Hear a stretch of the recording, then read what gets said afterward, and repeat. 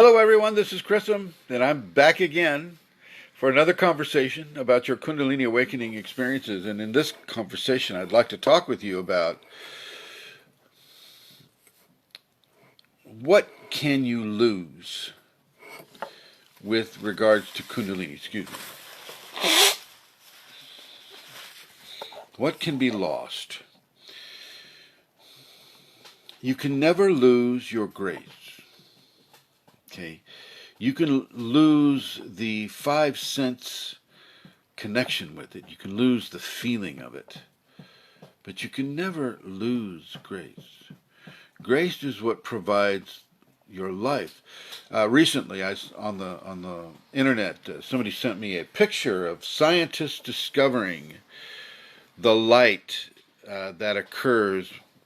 How? Mr. C, please. I'm trying to do a video here. We all know who Mr. C is. The light that occurs when a sperm cell makes contact with the egg. There's this explosion of light, this explosion of energy. And interestingly enough, they were able to colorize it. It was, of course, it was a deep blue purple with a slight bit of red in it. This is that divine energy. This is what can never be taken away from you unless you die. And even then, if you have Kundalini, this divine imprintation follows you into death. So you can't really lose it. You can lose your idea of it because you buy into some sort of a programming, like black magic is a programming that people just love to buy into because, you got some scary guy going, and you as a spiritual child, with your program, you go, oh my God, it's black magic. Oh my God, I saw it in a dream. And it's like, yeah. Just take care of your energetic space. Don't let people who are risking their brutally bad karma, don't let that affect you. Don't allow somebody else's bad choices to program you in any way, shape, or form. Okay? What you lose with Kundalini is you lose your innocence in a way. I mean, you just, in another way, you get to realize your innocence. But you lose your lack of realization. You know rather than suspect. You know that there is more. You have a greater understanding of knowledge beyond the veil than most people do. And it's not just because you read it in a book. It's because you are experiencing it. And so this innocence goes out the window once you experience these types of things. Like having your spine turn into a snake, or you feel the movement of a snake in your back or in your spine. And, you really can't fake that. That is something you really can't even deny it. So, because you're feeling it. It's something, I've felt it, other people have felt it. It is a real deal. Okay, and science will say, oh, no, your spine can't do that. And, your friends will go, oh, no, you shouldn't have had that beer. Or, oh, no, you shouldn't have, taken that recreational whatever. But it's real nonetheless.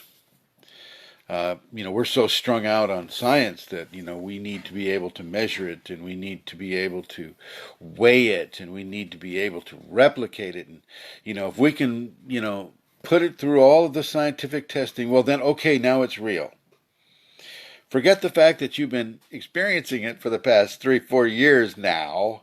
Now when science says it's real, oh, wow, it's really real. It's not, it was kind of real, but now it's really real because, our scientific paradigm has accepted it. But that innocence is out the window. We don't have that innocence anymore. And we have to come in to these levels of maturation. We have to accept that we are more than our programming, our societal-based programming. We are more than that. We have to accept that these experiences that we're having, even though they are denigrated by science, through the auspices of psychology or psychiatry or medical assumptive arts and sciences, that they are real anyway, because we are experiencing them. And it's more than just you experiencing. There's a lot of people that are experiencing this. And so, no, that is something that you get to lose.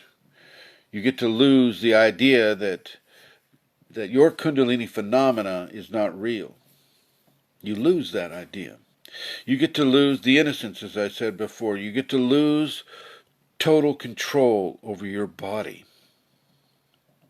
Kundalini will take that body and she'll give it kriyas and she'll give it experiences that you, of your own consciousness, would not be able to give.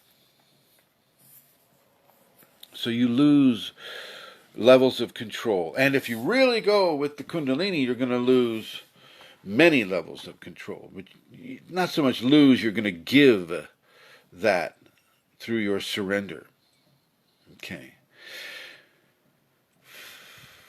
Another thing that you're going to lose is your egotism. Levels of egotism that have been so extreme for you in your past. You being the ultimate decider and controller of your fate and of your destiny. You'll lose that. Okay. Slowly but surely, not all of this happens, in the blink of an eye, although from other perspectives, it's faster than a blink of an eye. But from our perspective, where we're here and we're playing the time game, slowly but surely, we begin to acclimate to losing these levels of control. Okay, no longer is your way or the highway the way that you're going to live your life. Okay, you're coming into the divine blend. And the divine blend changes who you are and how you are. Okay, so you will lose the abject egotism that you have been living your life by. And I'm talking to the confident people out there. It's just like, yeah, I know what's going on, and yeah, I've had that happen, and yeah, I've had this happen, and I'm totally there with it. I'm in control, baby. You're going to lose that. It'll all come down to just thank you. Thank you, divine goddess and God. Thank you, Holy Mother, Holy Father. Thank you for allowing me this opportunity to live with you and through you. Okay. And ladies and gentlemen, you're going to lose your antipathy towards giving service. You're going to want to give service. You're going to want to find a way that allows you to give service. And even, by hosting, events that are giving service, by participating in those types of events, by, sitting in at your city council or your, getting into the government aspect of bringing the community into a greater level of grace. Just through your presence there, and you're going to get into these levels of service. You're going to lose that laziness. You're going to want to help, and it is brought to you by your grace to do these things. In other words, the choices that you make during the day or the night is going to bring you in contact with a level of service that you can give into the populations of this world. Okay? Let me give you an example. Back in the summertime, it was so hot that I couldn't walk the dogs in the daytime because the pavement is just way too hot on their feet. It can reach like 135 degrees on the pavement. Can you imagine walking barefoot on 135 degrees? I can't. I wouldn't do that. And I wouldn't ask my fur children here to do the same thing.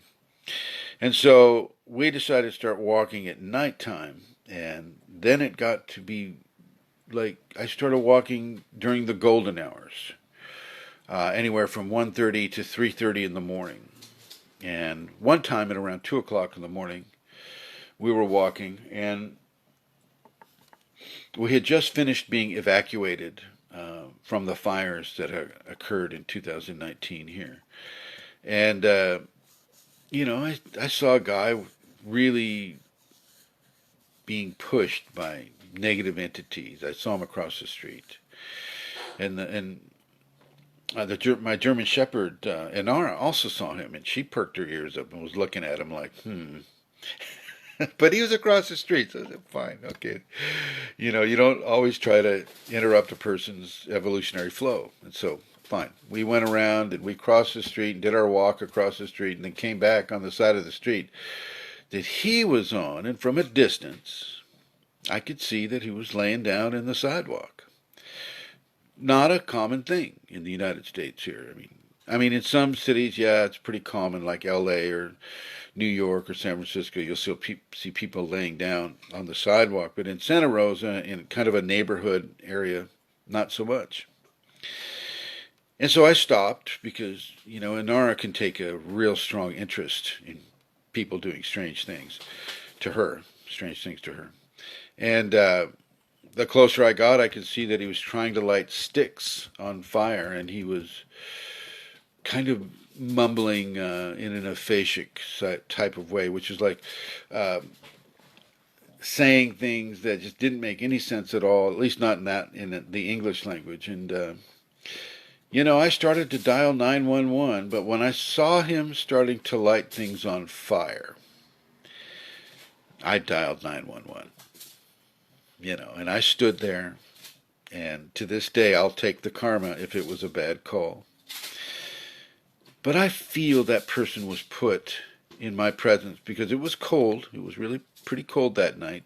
And I think he just needed a safe place to stay, and the police provided him with a safe place to stay. I don't know for how long. They don't let you do follow-ups with it. But that's the kind of service I'm talking about here. That's just out of the blue. I typically give money to people who are asking for it. I don't hold back, and I don't try to judge them. If I have it and I see that they need it, I give it. I also help people buy food, and I help people across the street. These are things that we can do as individuals. And I encourage you to lose that shyness about giving service. Lose it. Embrace your grace and allow that grace to flow through your heart and through your fingertips, and give that service to another person, or a plant, or an animal, or an insect. Okay? And let me tell you something about insects. They are extremely intelligent. Far more than people can even begin to understand. And there are ETs out there that are what we would call a praying mantis, about 6, 7, 8 feet tall, that are way beyond us technologically. Seriously, folks, no joke, okay? Treat the insects with extreme respect, kindness, and consideration. Seriously. Lose that mammalian,